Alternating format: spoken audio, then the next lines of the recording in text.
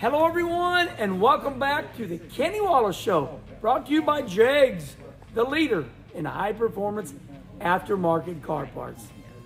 Well, you're wondering, where are we at? Man, the logos are everywhere. The New England Racing Museum. The great Dick Berger. This man has helped my career so much in so many ways. He did a nice article on me about a year ago about me slowing my racing down, and here we are at a track that I won at in 1991, the Bud 300. 30 years ago. Oh, don't say that. 30 years. 91. Yeah. Oh.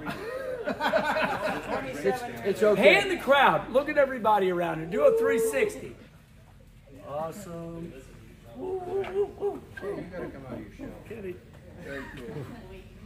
Anyway, we are catching up with the great Dick Berger, and everybody knows Dick's history. It's pretty incredible. Race car driver. One of his cars is here. I encourage everybody to come here.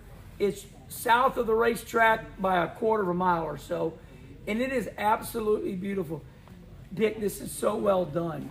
Tell me a little bit about this museum, how it started, and just anything you want to say, and how we need to get people here to check out this great history. It started at an old timers event. A guy named Vic Urardi came to me and said, Dick, we're losing our history. We have no place to put the old cars when they become uncompetitive.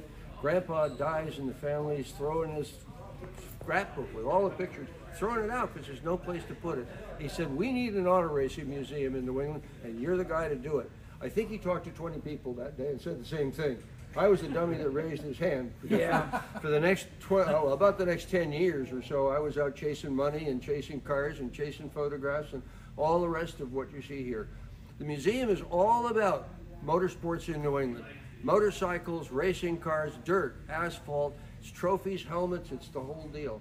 And we are saving our history. And if you want to know the history of racing here in New England, this is the place to see it all. The New England Racing Museum in Loudon, New Hampshire.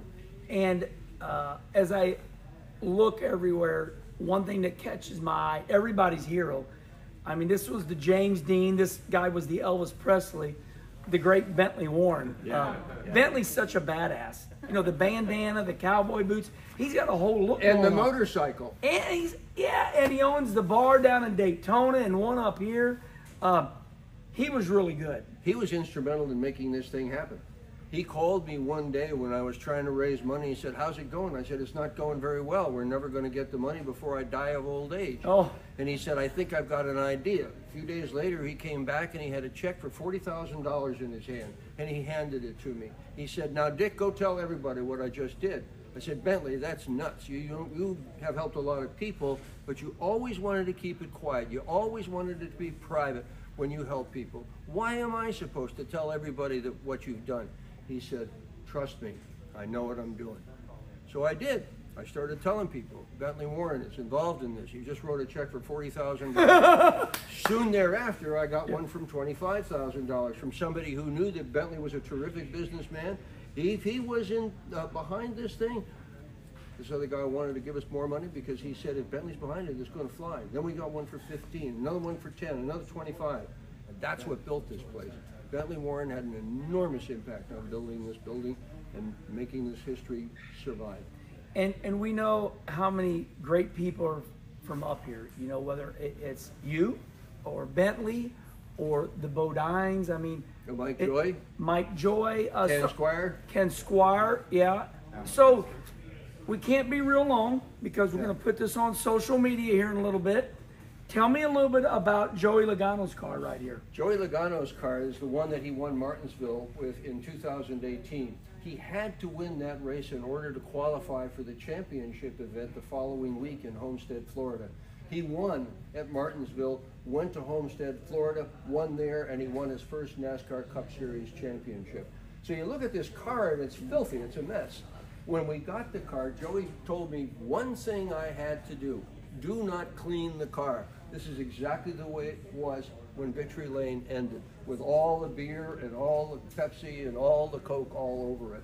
So pretty special. Joey won his first Cup race here. So to have that car here is pretty cool. And look up on the wall. See that trophy way up there? Oh my gosh. That's his first win trophy.